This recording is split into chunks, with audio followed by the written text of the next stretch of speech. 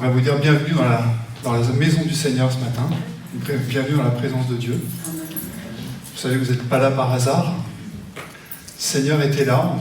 On a partagé cette pensée pendant notre moment de prière avant le culte, que le Seigneur était déjà là. Et le Seigneur nous attend à chaque fois. Alors j'aimerais que Elias lance la première diapositive. Voilà. Non, c'est plus une diapositive. Pardon. Alors, un petit jeu, une petite expérience avec vous. Vous venez de recevoir cette seconde. Imaginez que c'est un petit carton. C'est un accès libre que vous venez de vous recevoir. J'aimerais que vous imaginiez comment vous l'utiliseriez. Pensez à voilà, prenez quelques secondes. Vous avez plein de possibilités et voilà, vous avez un accès libre. C'est tout payé. Vous pouvez utiliser cette carte autant que vous voulez, 24 heures sur 24, 7 jours sur 7, de façon illimitée. Est-ce que vous avez... voilà, il y a des choses qui vous sont passées par la tête. Vous avez peut-être pensé je vais faire plein de restaurants, je vais aller au cinéma 10 fois par jour, je vais faire une bonne thalasso, je vais m'inscrire à la salle de sport et je vais y aller le plus souvent possible, je vais vraiment en profiter. Je vais aller au parc Astérix. Imaginez que vous visitez un château. C'était la semaine dernière, il y avait les journées du patrimoine et on pouvait visiter des lieux qui sont d'habitude inaccessibles. Et imaginez que vous visitez un château. Vous visitez les appartements du roi, vous visitez le château de Versailles. Et imaginez ce qu'aurait pensé quelqu'un, un paysan, si on lui avait dit il y a 300 ans, dans 300 ans, tu pourras aller visiter ce château librement. Tu pourras rentrer dans les appartements du roi, tu pourras te promener, tu pourras le visiter sans être invité, sans avoir une autorisation, sans notoriété. Et bien je crois que cet homme, vous aurez pris pour un fou. Vous aurez dit non, c'est pas possible. Je ne peux pas rentrer dans les appartements du roi Louis XIV ou n'importe quel roi comme ça, sans autorisation. C'est pas possible. Pour lui, ce serait une idée révolutionnaire. Ça enlèverait de l'impensable. Et ce matin, j'aimerais vous dire, dans la continuité de ce qui a été dit la semaine dernière, que nous avons un accès libre auprès de Dieu, que nous avons un accès libre auprès de notre Père. La semaine dernière, Adam a eu une parole pendant le moment de louange, comme Laetitia ce matin. Le Seigneur nous bénit vraiment pendant ces moments de louange. Et Adam nous a dit, les portes du ciel sont ouvertes. Et c'est ce que j'aimerais encore te dire ce matin, les portes du ciel sont ouvertes. Et Luigi, pendant sa prédication, nous a dit qu'il nous fallait demeurer auprès du Seigneur, rester près de lui. Et ce matin, j'aimerais toujours être dans cette pensée. Les portes du ciel sont grandes ouvertes. Je voudrais continuer dans cette pensée, dans la pensée d'Éphésiens, du chapitre 1 au chapitre 3, qui nous présente en fait tous les privilèges que nous avons en Jésus-Christ, que nous avons obtenus grâce à son sacrifice sur la croix. Et aujourd'hui, je vais vous lire simplement un verset dans Éphésiens au chapitre 3. Alors ça va être facile de retenir le texte aujourd'hui, vous allez pouvoir l'apprendre par cœur, qui nous dit, c'est la version parole de vie, nous sommes unis à Christ et nous croyons en lui. Nous avons donc la liberté de nous approcher de Dieu avec confiance. Nous sommes unis au Christ et nous croyons en lui. Nous avons donc la liberté de nous approcher de Dieu avec confiance. J'aimerais aborder 3 points avec vous ce matin. Tout d'abord, j'aimerais qu'on considère que nous avons un accès libre et que c'est vraiment un privilège. Qu'en tant qu'enfant de Dieu, je peux m'approcher de Dieu, mais qu'il y a des fois, et ce qui a été révélé par le don spirituel ce matin, il y a des choses qui m'empêchent de m'approcher de Dieu. Et j'aimerais vous en présenter une particulièrement. Et enfin, vous montrer de quelle manière je m'approche de Dieu. La liberté de s'approcher de Dieu est un privilège extraordinaire. Alors dans Éphésiens, quand Paul s'adresse à cette église, Elias, tu peux envoyer la prochaine photo, merci. Donc dans cette église, il y a des chrétiens qui sont d'origine juive et des chrétiens d'origine non juive, païenne. Et dire à un chrétien d'origine juive qui a connu, qui a grandi avec la loi, qui a grandi en essayant de conformer sa vie à la loi de Dieu, de lui dire tu as un accès libre auprès de Dieu aujourd'hui, c'est quelque chose de révolutionnaire pour lui. C'est quelque chose qui doit quand même le chambouler, lui dire mais quand même, dans la loi de Dieu, tout ce que j'ai appris avant, c'était quand même difficile de s'approcher de Dieu, impossible. L'accès de Dieu était inaccessible. Et je vous ai mis cette image du temple, parce que vous voyez ce qu'on voit au fond là, donc ce voile, et bien c'est ce qui représentait justement cette séparation. Cette séparation avec Dieu. Il était impossible de s'approcher de Dieu. Il y avait ce voile qui séparait, qui faisait la séparation en fait entre le lieu très saint où Dieu était, la résidence de Dieu où Dieu siégeait, et le lieu saint et le reste du temple. On ne pouvait pas s'approcher de Dieu. Il n'y avait qu'une seule personne qui pouvait s'approcher de Dieu, c'était le souverain sacrificateur. Et quand il s'approchait de Dieu, une fois par an, il rentrait avec un habit et des brodés, ou des clochettes étaient brodées, et il était attaché avec une corde. Et donc on l'entendait, on était derrière les autres serviteurs étaient derrière le rideau, puis il l'entendait se déplacer, offrir le sacrifice, et faire tout ce qu'il fallait pour tout ce qu'il devait faire derrière le rideau. Et puis ce bruit de clochette montrait aux autres qu'il était toujours vivant, que le Seigneur il avait accepté le sacrifice et que voilà, tout se passait bien pour lui. Mais si ça se passait mal, on tirait sur la corde et puis on ramenait quelqu'un qui était mort. Donc là, le voile ici représente vraiment que notre péché, que le péché ne peut pas avoir de communion avec la sainteté de Dieu. C'était quelque chose de révolutionnaire.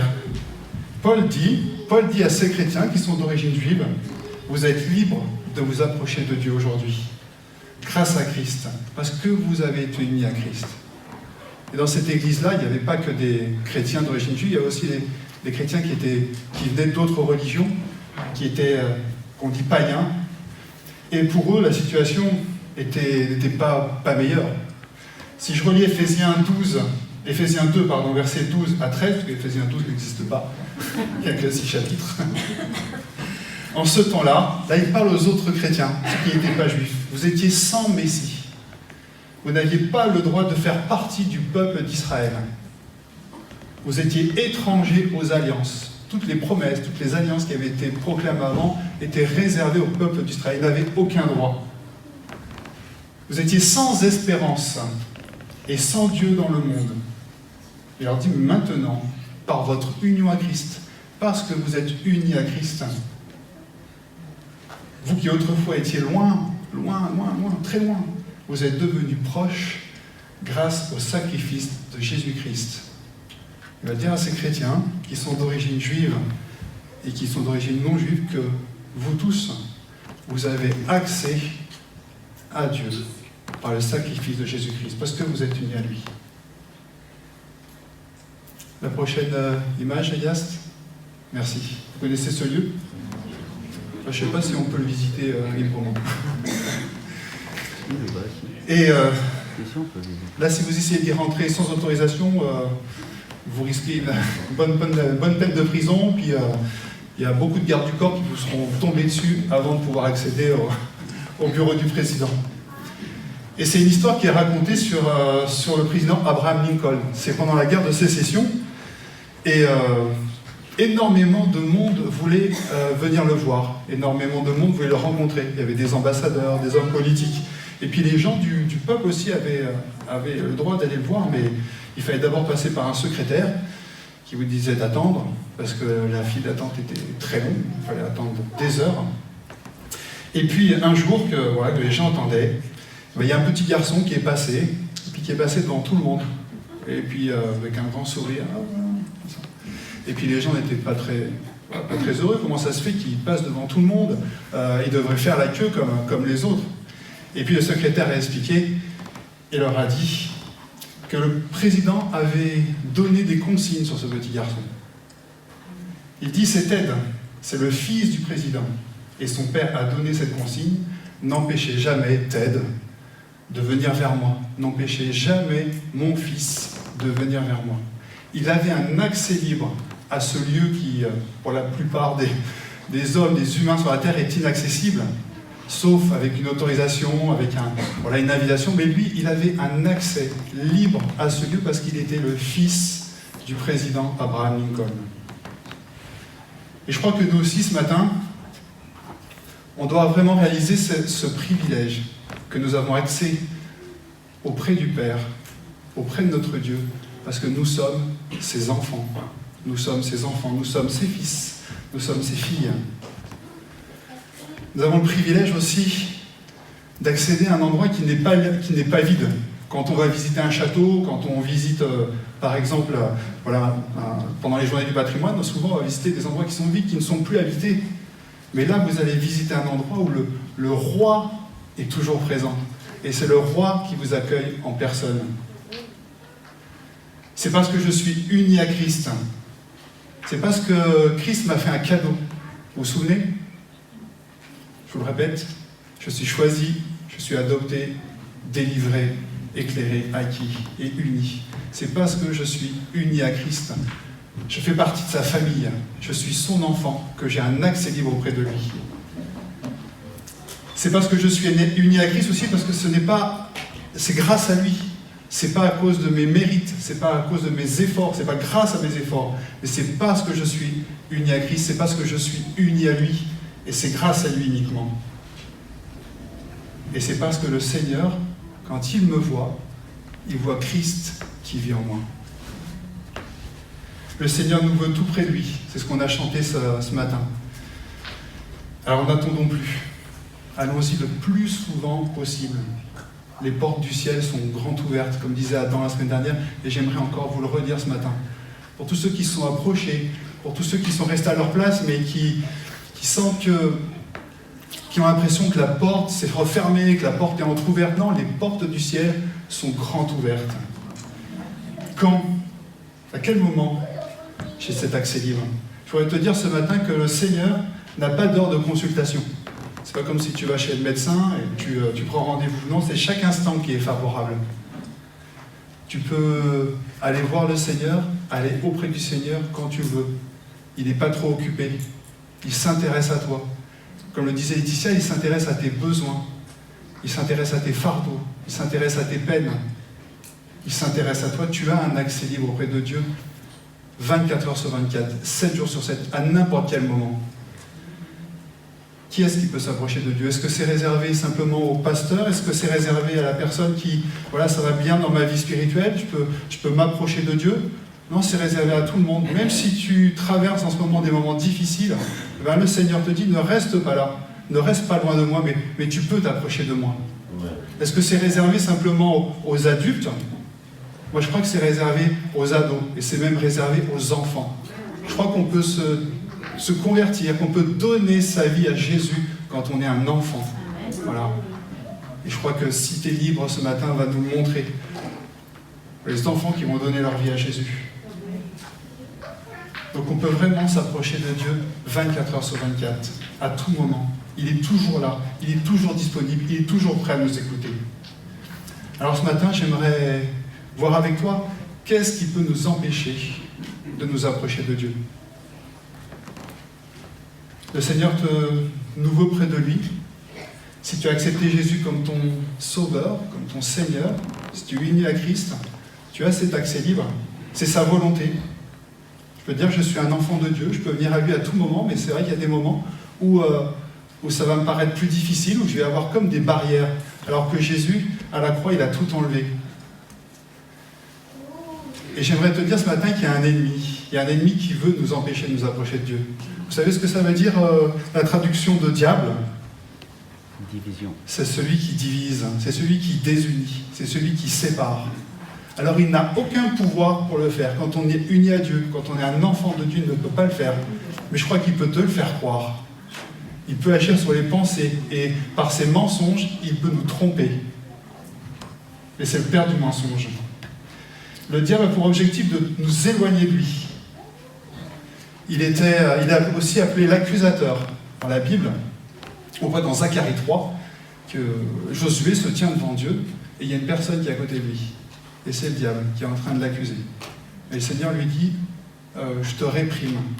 Et on voit dans ce passage qu'il va purifier Josué. Il va lui donner un nouveau vêtement, de nouveaux habits. Il va réprimer surtout les accusations du diable. Il essaye de te tenir à distance. Il essaye de te faire sentir indigne. Il veut que tu aies peur de te présenter devant Dieu. C'est arrivé dès le début de la Bible, dès le jardin d'Éden, quand Adam et Ève ont péché. Qu'est-ce qu'ils ont fait? Ils se sont cachés. C'est le but du diable, que tu te caches, que tu aies peur de te présenter. Son but est que les chrétiens se sentent coupables devant Dieu le plus longtemps possible. Il va utiliser les paroles suivantes. Reste le plus loin possible, il ne te veut pas, tu es définitivement mis à l'écart. Tu n'as pas, tu aurais dû, tu n'aurais pas dû. Comment as-tu pu? Tu as encore recommencé. Tu n'y arriveras jamais. De quel droit fais-tu ce service pour Dieu? Tu es allé trop loin. Il va utiliser toutes ces paroles pour te décourager, pour t'emprisonner, pour, comme disait Laetitia ce matin, pour te paralyser. Parce qu'il ne veut pas que tu avances avec Dieu, il ne veut pas que tu t'approches de Dieu.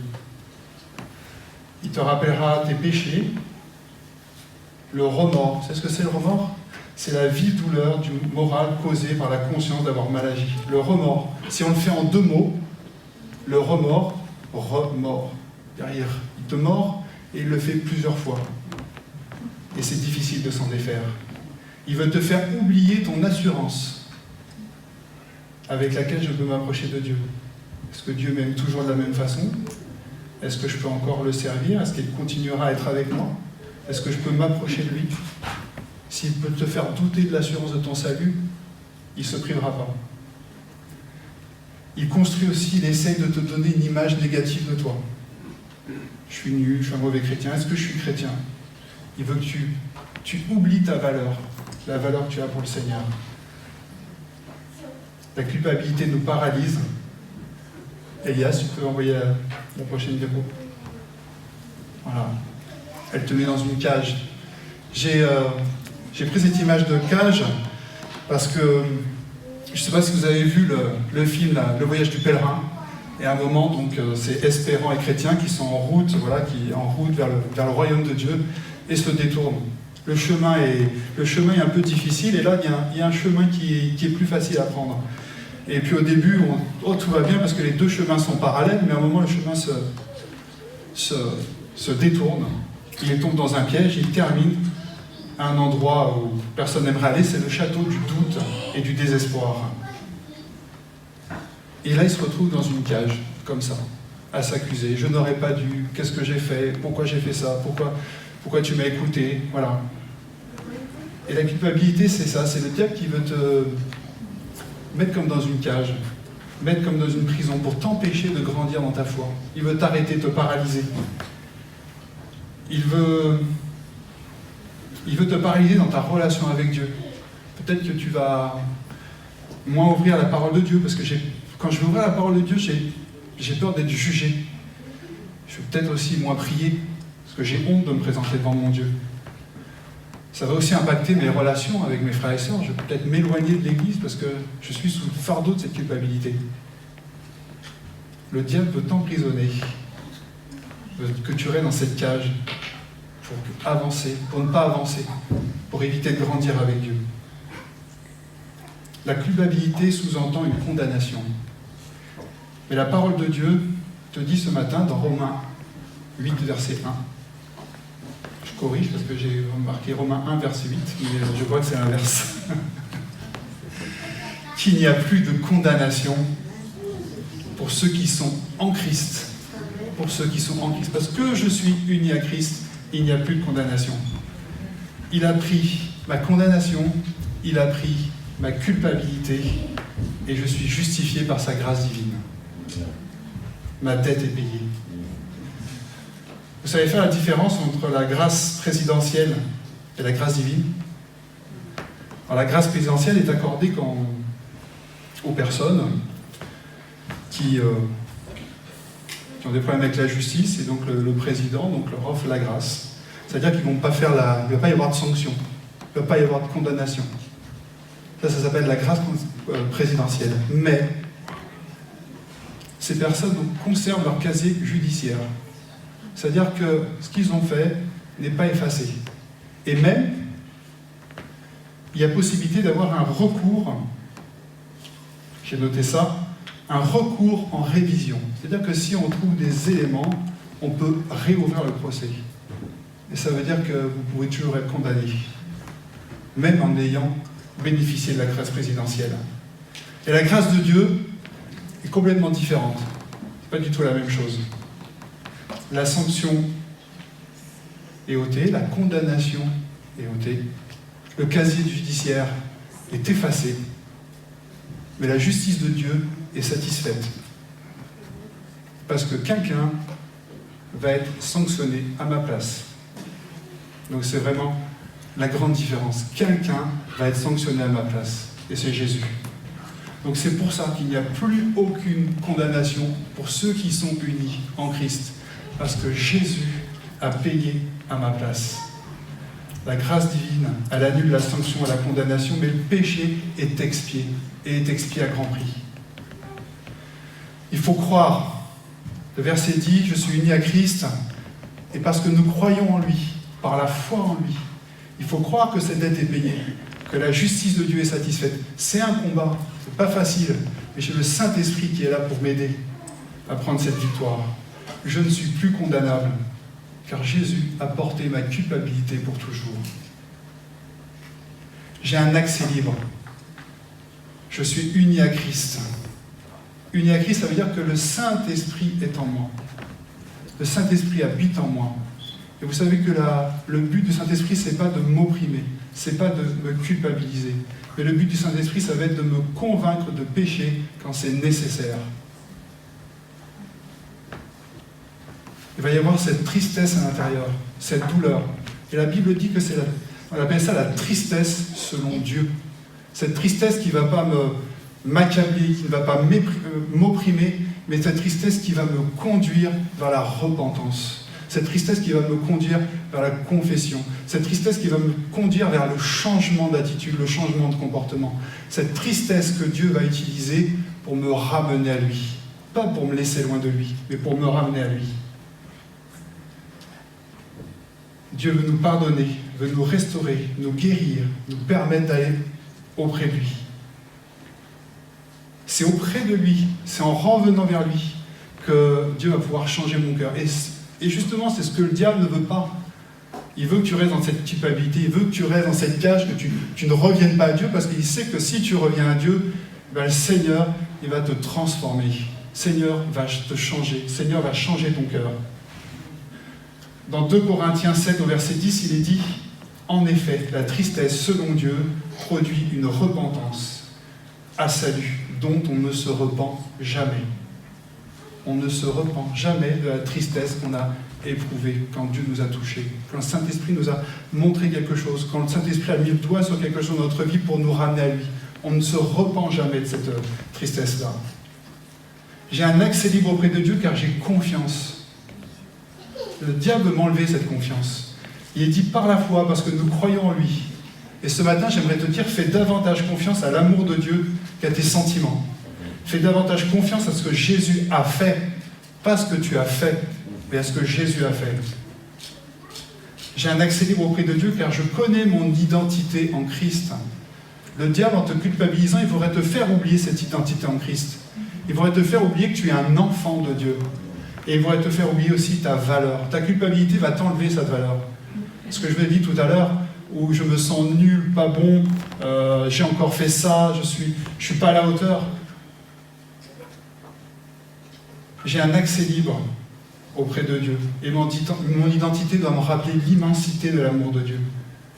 Ça doit me rappeler sa grâce, ça doit me rappeler sa miséricorde, sa compassion, son infinie patience.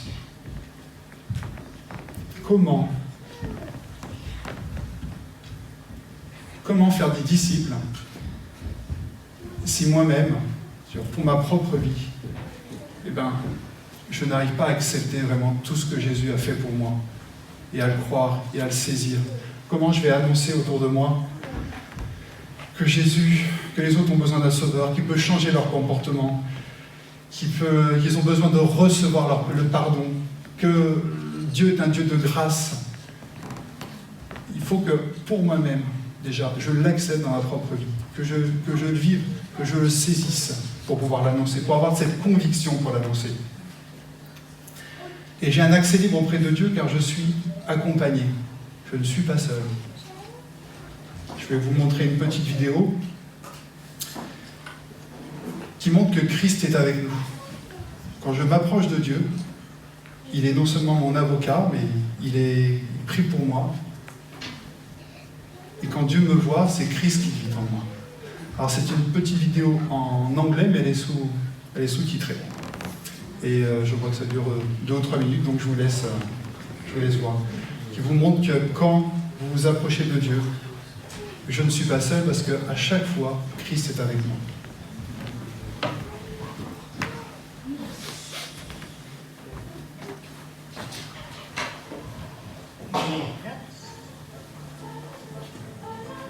Aisle, please. Some lying, some stealing, and some acts of kindness here and there. I tried to live a good life. Well, let's see how.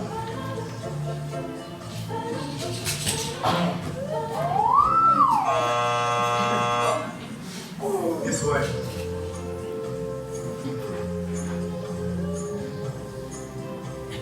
Next. Aisle, please.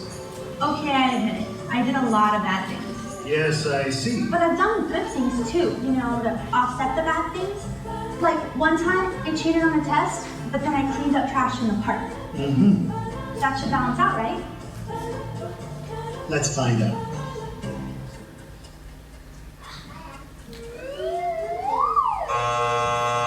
This way. That should have balanced out, right? It should have balanced out. Next. Aisle, please. Impressive. Oh yeah. I devoted my entire life to make this world a better place. I dug wells in Africa. I donated blood every month. And I ran an orphanage in India. I just wish I could have done more. And is this your subscription? I only read the article.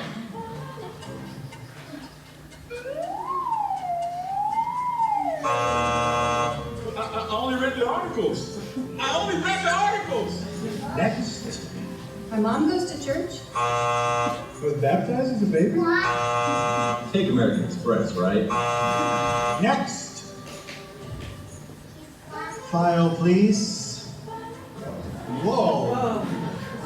Somebody's been busy. Well, let's get this over with. Sorry, I didn't know he was with you. Okay, step on the scale. Not you. Him.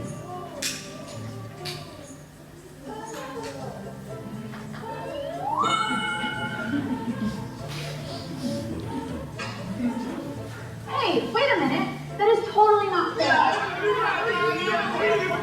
That's why it's called grace.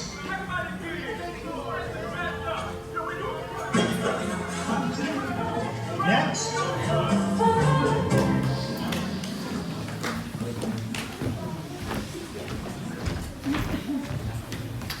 Voilà, quand je m'approche de Dieu, je ne suis pas seul. Christ est avec moi. On voit qu'ici, c'est même pas le chrétien qui monte sur la balance, c'est Christ qui montre qu'il a vraiment pris notre place. Je ne suis pas seul. Le verset dit nous. Nous avons tous la possibilité de nous approcher de Dieu. J'aimerais qu'on ait une pensée pour les personnes qui se sont éloignées. Peut-être qu'on a tous quelqu'un dans notre pensée qui était parmi nous, qu'on connaissait, et qui s'est éloigné. Et je crois que le Seigneur nous demande, quand il nous appelle à faire des disciples, c'est pas simplement aller chercher au moins les personnes qui n'ont jamais entendu parler de Dieu, mais aussi d'aller chercher, d'aller accompagner ceux qui ont honte de revenir, ceux qui ont peur de s'approcher de Dieu, d'aller les voir, autant que se faire possible, d'aller les voir pour leur dire, mais non, les bras de Dieu, les bras de Jésus sont grands ouverts et tu peux revenir. On peut prier pour eux, faut pas les oublier, parce que voilà, c'est aussi ça, aller faire des disciples, c'est aussi aller retrouver ces brebis qui sont éloignées du troupeau et les ramener au sein du troupeau, au sein de l'Église. Ici, je dis pas l'Église d'Hermont, mais qu'ils reviennent à Christ, qu'ils reviennent dans une Église, qu'ils reviennent dans la communion fraternelle avec leurs frères et sœurs. Mais vraiment, on a aussi cette responsabilité de nous approcher de Dieu et d'aider ceux qui ont des difficultés à s'approcher de Dieu à le faire, ceux qui auront honte de le faire, ceux qui ploient sur des fardeaux qui sont trop lourds. On est là aussi. Là, le verset dit « Nous avons la liberté de nous approcher de Dieu ». On approche avec Jésus, et aussi on approche ensemble. L'évangile n'est pas seulement la bonne nouvelle pour ceux et celles, pour celui ou celle qui n'a jamais été à l'église, mais c'est aussi une bonne nouvelle pour ceux qui sont dans l'église. C'est aussi une bonne nouvelle pour ceux qui sont éloignés de l'église. Il n'y a rien d'impossible à Dieu. Il n'y a rien qui soit, comme on l'a dit tout à l'heure, qui soit définitif, qui ne puisse faire. Il peut ramener les cœurs. J'aimerais vous dire, et ce sera ma dernière partie, que nous devons nous approcher de Dieu, comme dit ce verset, avec confiance. Ce qui essaie de nous enlever notre culpabilité. Mais le Seigneur nous demande de nous approcher de lui avec confiance, avec foi. Il y a d'autres versions qui disent avec assurance. La liberté dans le texte grec, se traduit par parousia, qui veut dire confiance, courage, joyeux, assurance. Je peux m'approcher de Dieu sans crainte, sans doute, en toute confiance, parce que j'ai confiance en Christ, j'ai confiance en ton œuvre. Paul disait, dans Romains 8, au verset 38, je prendrai simplement quelques mots, il parlait de l'amour, que rien ne peut nous séparer de l'amour de Dieu, que rien ne peut nous arracher à son amour, que rien au monde ne peut ériger une séparation. Et les premiers mots qu'il a utilisés dans ce verset, et c'est ce que signifie l'assurance, ce que signifie la confiance, il dit « J'en ai l'absolue certitude ». Voilà, ce matin, nous devons avoir l'absolue certitude que nous pouvons nous accrocher de Dieu en toute confiance. Nous avons l'assurance de notre salut. Le diable ne peut pas, ni par ses accusations, ni par notre péché, nous tenir loin de Dieu, nous séparer de Dieu. Il faut proclamer comme Paul l'a fait, j'ai l'absolue certitude. Le Seigneur attend une relation où tu peux aussi te montrer tel que tu es. Le mot parousia veut dire aussi liberté de parole, c'est-à-dire un discours sans dissimulation, avec honnêteté. Quand j'ai confiance en quelqu'un, je vais pouvoir venir vers lui et lui dire mes joies, dire mes peines, mes fardeaux, vraiment lui dire tout ce qui ne va pas sur mon cœur avec sincérité. Et le Seigneur nous attend dans cette relation intime avec lui, dans cette relation de confiance. Il demande que nous ayons un cœur sincère. Je peux tout lui dire, partager tout ce que j'ai sur le cœur. Dans l'Antiquité, le mot sincère, pour racine, sans cire. Quand je viens devant Dieu, je viens sans cire, c'est-à-dire sans masque. À l'époque, il y a des marbriers, dans le commerce du marbre, malhonnêtes. Quand la plaque de marbre était défectueuse, ils rajoutaient de la cire, et puis avec un petit ponçage, hop, ils gommaient les défaillances, ils gommaient les fragilités. Et ils vendaient leurs plaques comme si c'était des plaques neuves. Et le Seigneur nous demande vraiment de nous approcher de lui sans cire, sans masque, avec sincérité. Il nous demande de jouer franc jeu avec lui. Nous approcher de Dieu avec un cœur sincère, c'est ne rien lui cacher. Lui confier nos joies, notre reconnaissance. C'est ce qu'on a fait ce matin au niveau de la louange. On arrive devant le Seigneur aussi pour lui confier nos joies, pour lui confier nos peines, pour lui confier aussi nos doutes, On a parlé aussi pendant le don spirituel ce matin, j'ai des doutes par rapport à un emploi que je ne trouve pas, par rapport peut-être à un désir de trouver un compagnon, une compagne que je ne trouve pas. Je peux venir devant le Seigneur et dire, Seigneur, je te confie mes doutes. Viens en secours mon incrédulité. Et gloire à Dieu parce que je sais que je suis écouté. Je sais que mes prières ne vont pas s'arrêter au plafond, mais j'ai un accès libre auprès de Dieu. La porte qui mène au Seigneur est toujours grande ouverte. Tu es son enfant et tu possèdes un accès libre dans sa présence. J'aimerais que les 2 personnes qui ont été désignées pour la Sainte Seine puissent aller se préparer.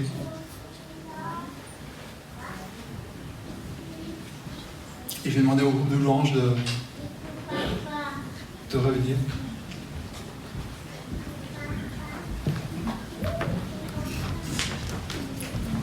Et j'ai eu à cœur, pendant la louange, et en attendant que le repas soit prêt, de reprendre ce chant ébloui. Ébloui, si ça ne bouscule pas trop les plans. Voilà, je veux être dans ta présence, Seigneur. Les portes sont grandes ouvertes et je veux venir à toi. Je ne veux pas me priver de cette grâce, je ne veux pas me priver de ce privilège. Je veux venir à toi, quel que soit mon état. Même s'il y a longtemps que je ne suis pas venu, il y a longtemps que je ne suis pas venu, je ne me suis pas présenté devant toi, tu vas m'accueillir, Seigneur. Les portes du Seigneur sont toujours grandes ouvertes. Tu es son enfant. C'est Christ qui s'approche avec moi.